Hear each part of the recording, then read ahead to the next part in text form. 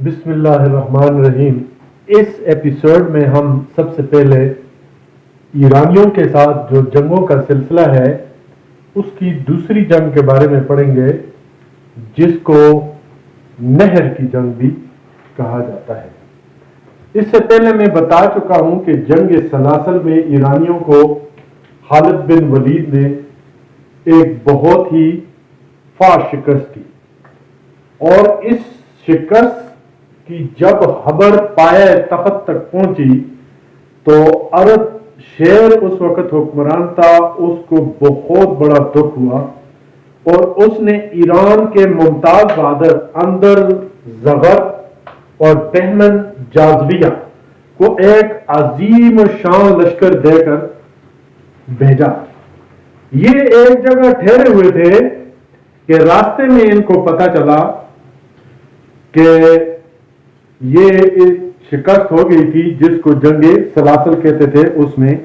اس کے باقی فوجی بھی آ کر ان کے ساتھ شامل ہو گئے۔ خالد بن ولید کو جب پتا چلا کہ یہ لشکر آ رہا ہے تو ان کے جاسوسوں نے، مسلمانوں کے پھیلے ہوئے تھے، وہ بھی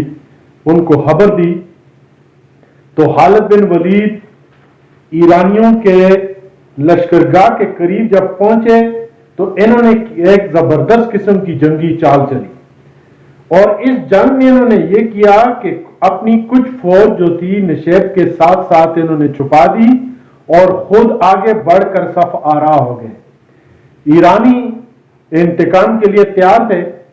اس طرح دونوں فوجوں کے درمیان ایک شدید جنگ ہوئی، اور یہ جنگ ہوتی رہی۔ جب ایرانی فوج تھک گئی تو خالد بن ولید نے اشارہ کیا، اور جو مسلمان فوج چھپی ہوئی تھی وہ سامنے آئی، اور انہوں نے اس زور کا حملہ ایرانیوں پر کیا کہ ایرانی اس حملے کی تاب نہ لا سکے، اور اس طرح ان کو بہت بری شکست ہوئی۔ مسلمانوں نے ہر طرف سے ان کو گھیر کر قتل کرنا شروع کیا، اور بے شمار ایرانی اس میں مارے گئے، اور اس میں یہ اندر زگرد جو تھا یہ بھاگتے ہوئے پیاس کی شدت سے مر گیا۔ ابن طبری نے بھی یہی بتایا ہے کہ یہ پیاس کی شدت سے مر گیا تھا۔ اس کے بعد اگلی ہمارے پاس آتی ہے جی انبار کی فتح۔ تو اس کے بعد خالد بن ولید جو تھا وہ اپنا لشکر لے کر آگے کی طرف روانہ ہوئے، اور انہوں نے ایک جگہ ہے ہیرا، اس پر قبضہ کیا۔ ہیرا پر قبضہ کرنے کے بعد خالد کی فوجیں آگے بڑھیں، اور آگے جب بڑھی تو یہ انبار کا حاکم تھا، اس کا نام تھا شہرزاد۔ اس نے اپنے بیٹے کو بھی ان کے مقابلے کے لیے بھیجا، لیکن بہت بری شکست کھائی۔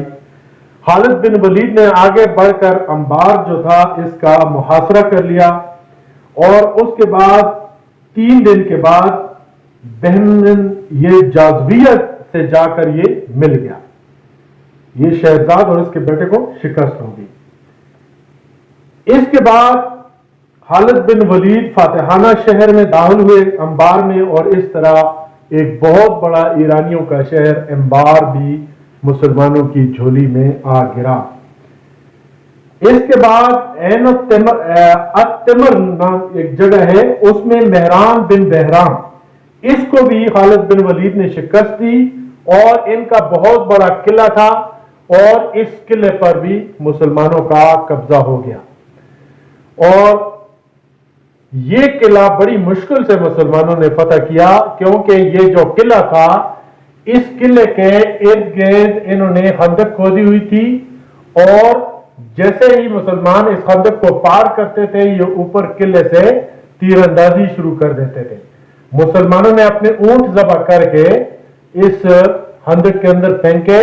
اور اپنے تیر اندازوں کو حکم دیا کہ آپ بھی تیر اندازی کریں۔ کئی لوگ جو قلعے پہ پہرہ دار تھے ان کی آنکھوں میں تیر لگے، اور مسلمان قلعہ پار کر گئے، اور اس کے بعد قلعے میں داخل ہو گئے، اور اس طرح انبار جو تھا وہ بھی مسلمانوں نے فتح کر لیا۔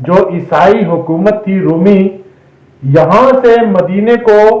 اور مدینے کی ریاست کو خطرہ تھا، اور نبی کریم صلی اللہ علیہ وسلم نے آخر میں غزوہ تبوک جو ہوا نہیں تھا لیکن ایک فوج کے ساتھ نبی کریم صلی اللہ علیہ وسلم اس طرف پیش قدمی کی تھی۔ پھر اسی طرح نبی کریم صلی اللہ علیہ وسلم نے ایک لشکر ترتیب دیا تھا جو حضرت ابوبکر صدیق کے واقعات میں شروع میں بحث کر چکا ہوں، جس پر حضرت اسامہ بن زید کو وہ لشکر دے کر حضرت ابوبکر صدیق نے روانہ کیا تھا۔ اس کی وجہ یہ تھی کہ یہ اسلامی ریاست کے لیے بہت بڑا خطرہ بن گئے تھے یہ شام، اور دوسرا سب سے اہم وجہ یہ تھی کہ شام ایک تجارتی مرکز تھا۔ اسلام سے قبل بھی مسلمان شام کی طرف تجارت کی غرض سے جاتے تھے، اور میں پہلے بھی ایپیسوڈ میں بتا چکا ہوں کہ نبی کریم صلی اللہ علیہ وآلہ وسلم کی بھی عمر جب 12 سال تھی تو اپنے چچا کے ساتھ اسی شام کا انہوں نے سفر کیا تھا۔ ابو سفیان کا قافلہ جو جنگ بدر جس کی وجہ سے ہوئی تھی وہ بھی شام سے ہی واپس آ رہا تھا، تو یہ بہت بڑا ایک مرکز تھا تجارت کا۔ تو ظاہر سی بات تھی ہے کہ مسلمانوں کی اس پر بھی نظر تھی، اور سب سے اہم وجہ یہ تھی اسلام کی تبلیغ اور ساتھ ہی سکون اسلامی ریاست میں حاصل کرنے کے لیے بھی بہت ضروری تھا۔ تو اب آتے ہیں جی شام کی طرف پیش قدمی۔ تو حضرت ابوبکر صدیق رضی اللہ تعالیٰ عنہ نے تمام صحابہ کرام کے ساتھ مشورہ کیا، اور مشورہ کرنے کے بعد انہوں نے علیحدہ علیحدہ شام کی طرف فوجیں روانہ کی۔ دمشق کی مہم پر یزید بن ابی سفیان مقرر ہوئے، حمص پر ابو عبیدہ بن جراح رضی اللہ تعالیٰ عنہ کو حضرت ابوبکر صدیق نے مقرر کیا، اردن پر شرحبیل بن حسنہ، اور فلسطین پر عمرو بن العاص اور حضرت ابو عبیدہ بن جراح کو ان ساری فورسز کا سپہ سالار مقرر کیا گیا۔ تو اب سب سے پہلے آتے ہیں جی، جیسے میں پہلے بتا چکا ہوں کہ ایران کے ساتھ مسلمانوں کی جنگیں ہو رہی تھیں، اسی دوران جب خالد بن ولید رضی اللہ تعالیٰ عنہ مدینہ پہنچے تو حضرت ابوبکر صدیق رضی اللہ تعالیٰ عنہ نے ان کو حکم دیا کہ آپ فوراً شام کی طرف فوج لے کر نکلیں، کیونکہ شام سے مسلسل خبریں آ رہی تھیں کہ وہاں کا جو رومی بادشاہ تھا وہ بہت بڑے پیمانے پر جنگ کی تیاری کر رہا ہے اور پیش قدمی کر رہا ہے۔ تو حضرت خالد بن ولید رضی اللہ تعالیٰ عنہ فوراً ہی روانہ ہوئے، اور راستے میں انہوں نے سوئی اور قسم اور مرج راحت، یہاں پہ چھوٹی چھوٹی ان کی لڑائیں ہوئی، اور یہ لڑائیاں کرتے ہوئے آگے کی طرف چلے، اور اس کے بعد یہاں پہ جو پہلی بہت بڑی جنگ ہوتی ہے ان کے ساتھ رومیوں کے ساتھ، وہ ہے اس کا نام ہے جنگ اجنادین۔ تو یہ ابن اسیر کے مطابق خالد بن ولید کے پاس اس وقت تقریباً 46,000 یہ ہم ذکر کر رہے ہیں جنگ اجنادین کا، یہ بالکل شام کے علاقے میں ہے اجنادین۔ یہ 46,000 کا خالد بن ولید کے ساتھ لشکر ہے، اور اس میں مہاجرین کی تعداد بھی ہے، اور 100 بدر کی جنگ میں جن صحابہ کرام نے حصہ لیا تھا وہ بھی اس میں شامل تھے۔ تو رومیوں کا 2 لاکھ کا لشکر، یہ 2 لاکھ کا لشکر مسلمانوں کے مقابلے میں آ گیا اجنادین کے مقام پر۔ اب رومیوں کا یہ پروگرام تھا کہ مسلمان اکٹھے نہ ہو سکیں اور ان کو ٹکڑوں ٹکڑوں میں شکست دے دی جائے۔ حضرت خالد بن ولید نے مسلمانوں کو اکٹھا کیا، اور اس کے بعد اس موقع پر اسی جنگ کے دوران جنگ اجنادین ہی کے دوران ایک بہت بڑا سردار ہے جرجا، یہ عیسائیوں کے لشکر سے سیدھا مسلمان لشکر کی طرف آ گیا، اور اس نے کہا کہ میں مسلمان ہونا چاہتا ہوں، اور اس طرح یہ دوران جنگ ہی مسلمان ہو گیا۔ جرجا اس کا نام تھا، اور اس کے بعد جب جنگ شروع ہوئی تو مسلمانوں اور عیسائیوں کے درمیان بڑی ہی شدید جنگ ہوئی، اور اس میں بڑی مشکل سے آخرکار مسلمانوں نے فتح حاصل کی، اور اس جنگ میں اکرما، ان کے بیٹے اور تقریباً 3000 مسلمان، یہ 3000 مسلمان اس جنگ میں شہید ہوئے، اور آخرکار اللہ پاک نے مسلمانوں کو فتح نصیب فرمائی۔ اور جب یہ جنگ کا نتیجہ کاسب لے کر مدینہ پہنچا تو اس وقت حضرت ابوبکر صدیق اپنی آخری سانس لے رہے تھے، اور اس طرح ان کا دور حکومت ختم ہوا۔ حضرت ابوبکر صدیق کا انتقال ہو گیا، اور انہوں نے بستر مرگ پر یہ خبر سنی تو انہوں نے اللہ کا شکر ادا کیا، اور اس کے بعد وہ وفات پا گئے۔ اب جی حضرت ابوبکر صدیق رضی اللہ تعالیٰ عنہ کی وفات ہو جاتی ہے، اور ان کے کریکٹر جو ہے یہ ہے کہ تاریخ اسلام میں انہوں نے جو کردار ادا کیا ہے، اور اسلام پر جتنا بڑا احسان حضرت ابوبکر صدیق کا ہے اتنا کسی کا بھی نہیں ہو سکتا، کیونکہ جو بالکل نئی نئی ریاست تھی اسلامی، اس کو چاروں طرف سے خطرہ تھا۔ ایک طرف سے جھوٹے نبی، دوسری طرف سے مرتد، تیسری طرف سے زکوٰۃ ادا نہ کرنے والے، چوتھی طرف سے فارس کی سلطنت، اور پانچویں طرف سے رومی سلطنت بالکل نرغے میں آ چکی تھی۔ لیکن حضرت ابوبکر صدیق نے کمال استقامت کا مظاہرہ کرتے ہوئے ان ساری سازشوں کو ختم کیا، جھوٹے نبیوں کا خاتمہ کیا، منکرین زکوٰۃ جو تھے ان کا خاتمہ کیا، مرتدوں کو ختم کیا، اور اسلام کو ایک پرچم تلے لے کر آ گئے، اور اس طرح بالکل ایک اسلام کو، اسلامی جو ریاست تھی اس کو استحکام بخشا۔ تبھی مسلمانوں نے ایران اور شام کی طرف اپنی توجہ دی، اور فتوحات کا دور شروع ہوتا ہے۔ اس حضرت ابوبکر صدیق رضی اللہ تعالیٰ عنہ چونکہ حضور اکرم صلی اللہ علیہ وسلم کے بہت قریبی تھے، انہوں نے بالکل وہی نظام اپنایا جو نبی کریم صلی اللہ علیہ وسلم کے دور کا تھا، اس میں کسی قسم کی تبدیلی نہیں کی۔ اور جی جنگ یمامہ میں پہلے ذکر کر چکا ہوں کہ مسلمہ کذاب کے اور مسلمانوں کے درمیان جو جنگ ہوئی تھی، جنگ یمامہ، اس میں لگ بھگ 300 صحابی ایسے شہید ہو گئے جو حافظ قرآن تھے۔ اس کے بعد حضرت عمر رضی اللہ تعالیٰ عنہ نے حضرت ابوبکر صدیق رضی اللہ تعالیٰ عنہ سے فرمایا کہ اس طرح اگر صحابہ شہید ہوتے رہے تو یہ قرآن پاک جو ہے ایسا نہ ہو کہ ختم ہو جائے، لہذا قرآن پاک کی تدوین کی جائے۔ شروع میں حضرت ابوبکر صدیق جو تھے اس کو نہیں مانا، لیکن بعد میں جب اصرار کیا حضرت عمر رضی اللہ تعالیٰ عنہ نے تو یہ مان گئے، اور اس طرح قرآن پاک کو پہلی دفعہ کتابی شکل میں انہوں نے حضرت زید بن ثابت رضی اللہ تعالیٰ عنہ جو نبی کریم صلی اللہ علیہ وسلم کے دور میں کاتب وحی تھے، ان کی ڈیوٹی لگائی، اور انہوں نے بڑی محنت سے قرآن کو ترتیب دی۔ قرآن تو پہلے ہی سے ترتیب شدہ تھا، لیکن اس کو کتابی شکل دینے والا حضرت ابوبکر صدیق تھا۔ تو اس طرح حضرت ابوبکر صدیق تقریباً 2.25 سال حکومت کرنے کے بعد ان کا انتقال ہوتا ہے۔ جنت البقیع میں نبی کریم صلی اللہ علیہ وسلم کی قبر مبارک کے ساتھ ہی ان کو دفن کر دیا گیا۔ جب انتقال ہوا تو 2 اونٹنیاں اور ایک جو لونڈی تھی یہ ان کی ملکیت تھی، اور ان نے اپنی بیوی سے کہا کہ میں جن کپڑوں میں انتقال کروں گا انہی کپڑوں کو دھو کر میرا کفن بنایا جائے، اور دیکھا جائے اگر میرے اوپر کوئی قرض ہو تو اس کو ادا کر دیا جائے، باقی جو کچھ بچے گا وہ سارا بیت المال میں جمع کر دیا جائے۔ تو اس طرح اس دنیا کے عظیم ترین انسان جو نبی کریم صلی اللہ علیہ وسلم کے بعد سب سے بڑی ہستی ہیں دنیا میں، ان کا انتقال ہوتا ہے۔ انشاءاللہ نیکسٹ ایپیسوڈ میں ہم حضرت عمر رضی اللہ تعالیٰ عنہ دوسرے خلیفہ